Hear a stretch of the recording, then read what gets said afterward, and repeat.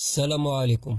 بزاف ديال الاخوه المربيين المبتدئين تنصب عليهم وشراو الدجاج على اساس انه خليط ديال السلالات، وهو في الحقيقه مجرد خيلوطه عشوائيه. وفي هذا الفيديو غادي نتعرفوا على شنو هو خليط السلالات الحقيقي باش ما يتنصبش عليكم اللي تبغيو تشريوه، وشنو هي المميزات اللي خلات هذا الدجاج يولي مطلوب بزاف عند المربيين.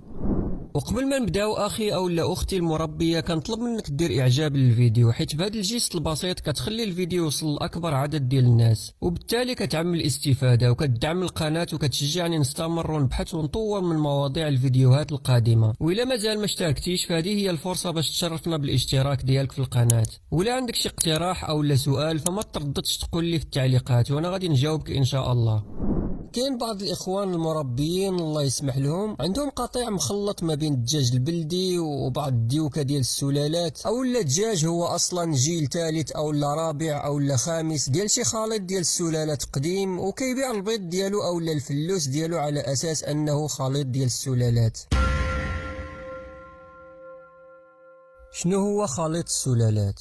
خليط السلالات هو عباره عن قطيع كيتكون من 3 ديال السلالات حره او اكثر، مثلا ديك ودجاجه ديال الجهور، زائد ديك ودجاجه ديال الاسترالورب، زائد ديك ودجاجه ديال رود ايلاند، زائد ديك ودجاجه ديال نيو هامشير، وهكذا. والبيض اللي كيعطينا هذا القطيع هو ما يسمى ببيض خليط السلالات الحقيقي، وملي كنفقصوه كيعطينا الجيل الاول ديال خليط السلالات الحقيقي، وهذا هو خليط السلالات اللي خاصك تشري الا كنتي كتقلب او الا سمعتي باللي خاصك تشري خليط السلالات.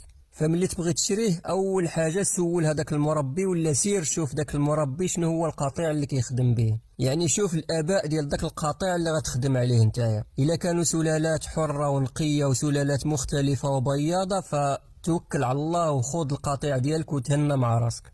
اما الا مشيتي ولقيتي الاباء يعني مخلطين شويه ديال البلدي شويه ديال الخليط ديال الخليط ديال الخليط ديال الخليط ديال السلالات، وكتلقى يعني كتلقى كيبان لك الفروج يعني استرالورب فيه ريشه بيضاء ريشه صفراء ريشه حمراء، يعني داكشي كيكون مزوق.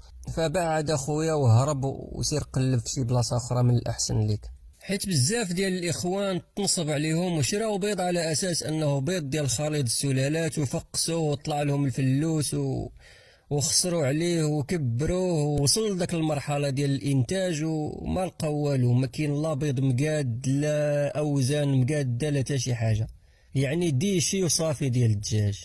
ديشي بمعنى الكلمه ديال ديشي، ما كيعطيك حتى شي حاجه. داك الانتاجيه اللي كتسمع عليها ديال خليط السلالات يعني كيعطينا اللحم بزاف، يعني الديوكه كيعطيونا الاوزان في اللحم، والدجاجه ديالهم الانتاجيه السنويه ديال البيض ديالهم كتكون مرتفعه. ما كاين حتى شي حاجه من داكشي، بسبب انه كاين بزاف ديال النصابه في الميدان. في اي ميدان فين ما مشيتي اي ميدان كاين فيه النصابه، وحتى هذا الميدان ديال الدجاج راه كاين فيه النصابه. كاع اللي ما عارفش ماشي مشكل، كاين اللي كتلقاه مبتدئ كيشري خليط السلالات وكينتج منه الجيل الاول الجيل الثاني وكيبقى يبيع البيض ديالو على اساس انه خليط ديال السلالات، وما عارفش كتصحاب له ان هذاك هو خليط ديال السلالات. هذاك نعذروه يعني ما عارفش، ولكن كاين اللي عارف وكيبقى يحلف على سلعته وكيقول لك راه خليط السلالات حقيقي وكذا. هذاك هو اللي كنهضروا، هذاك هو النصاب الحقيقي. وهذا هو الواقع اخواني اخواتي، يعني الواحد خصو يكون عارف قبل ما يشري. داكشي علاش درت هذا الفيديو باش ملي تبغي تشري تكون على بال. ندوزو دابا اخواني اخواتي للمميزات ديال خليط السلالات الحقيقي.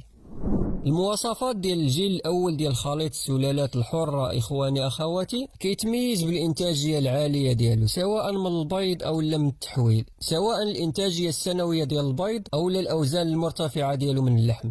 بالنسبه للانتاجيه ديال البيض فالدجاجه ديال خليط السلالات كتقدر تعطيك على الاقل 220 بيضه في العام. اما بالنسبه للفروج فيقدر يوصل الوزن ديالو ل 2 كيلو ونص حتى ل 3 كيلو في ظرف 4 شهور، وكيكون الشكل ديالو شبيه بالبلدي بسبب داك التنوع ديال الاباء اللي كاين في السلالات، وبالتالي كيكون مطلوب في السوق. وكذلك بالنسبه للالوان ديال البيض ديالو فالالوان ديال البيض ديالو كتكون مختلفه وشبيهه كذلك بالبلدي، داكشي علاش كتكون مطلوبه في السوق. بعكس الا خدمتي بواحد السلاله مثلا بحال سلالات الجهور فالبيض ديالها كيكون بيض، ولا ديتيه للسوق فبنادم كيدخلو الشك يعني ما كيبانش بيض بلدي.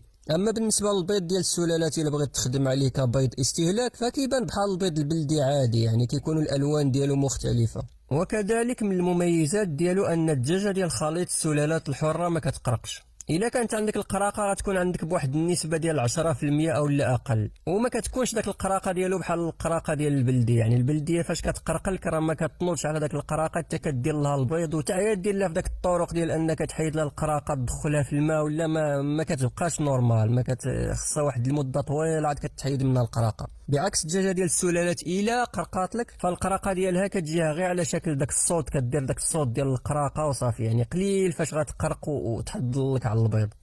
فالجيل الاول ديال خليط السلالات كيكون من افضل الاختيارات ديال الناس اللي بغات دير مشروع ديال انتاج بيض المائده، وبغات تخدم على البيض البلدي وتبيعه في الاسواق على اساس بيض ديال الاستهلاك وبيض ديال المائده، وكذلك اللي بغى يخدم على الفروج البلدي. فخليط السلالات كيكون من بين افضل الاختيارات ديالك.